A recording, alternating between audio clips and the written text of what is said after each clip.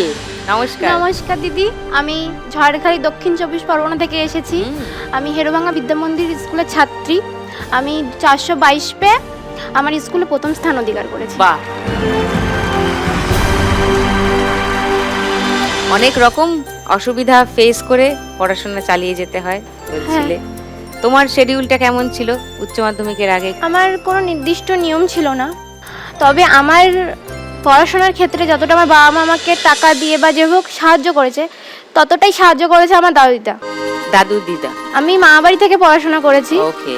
মানে আমাদের ঝড়খালিতে তেমন কাজের তো কোনো সুবিধা নেই। এবার বাবা, আমরা যখন ছোটবেলায় আমরা যখন মার কাছে থাকতাম, তখন বাবা এখানেই কাজ করতো কলকাতায়। তো এবার যখন আমরা বড় হচ্ছি, তখন মা বাবাকে বললো যে এভাবে তো হবে না, টাকা তো লাগবে। তখন দুজনে সিদ্ধান্ত নিলাম না, দুজনেই কলকাতায় চলে আসবে, এসে কাজ করবে আর আমাদেরকে মামা বাড়িতে রেখে আসলো।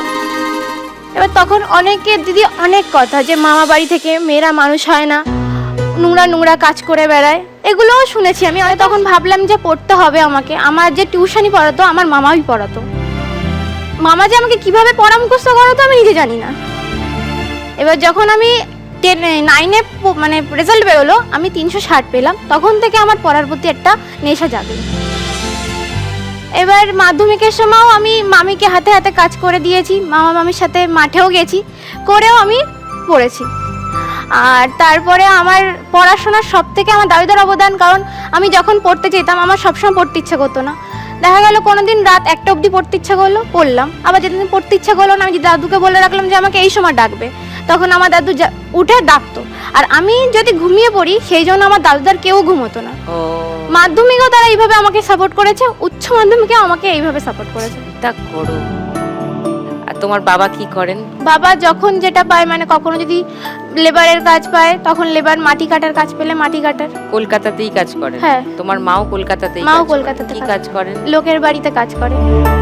আর এখানে এসেই দেখতে পেলাম, মানে সারাদিন কাজ করে, যেখানে আমি যাইনি কখনো কাজ করে। এবার ওখানে ভিডিও কলে একদিন দেখলাম, মানে জায়গাটা এত বিশ্রী, যেখানে খাওয়া যায় না, সেখানে বসে ভাত খায়। বাবা? মা নিজে রান্না করে, কিন্তু রাত্রেবেলা শুলে সব ভাবে আমি ঘুমিয়ে পড়ি, কিন্তু নিজের যন্ত্রণায় কাতরে। হাই প্রেশার আছে, থাইরয়েড আছে, আবার হাঁটুতে যন্ত্রণা করে।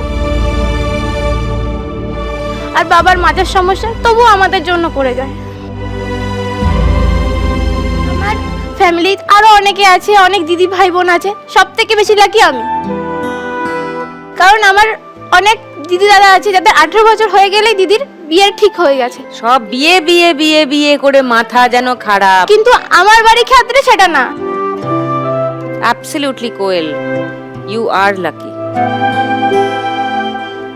তুমি যদি আজকে 1 লাখ টাকা জিতে যাও, আমার কাছে আমার বাবা মাই সব। বাবা মাই শুরু, বাবা মাই শেষ। তাই আমি বাবা মাকে দেবো, বাবা মা যা করবে। লোকে ভগবানের কাছে প্রণামী অর্পণ করে, আমি আমার বাবা মার কাছে আমার প্রণামী অর্পণ করছি।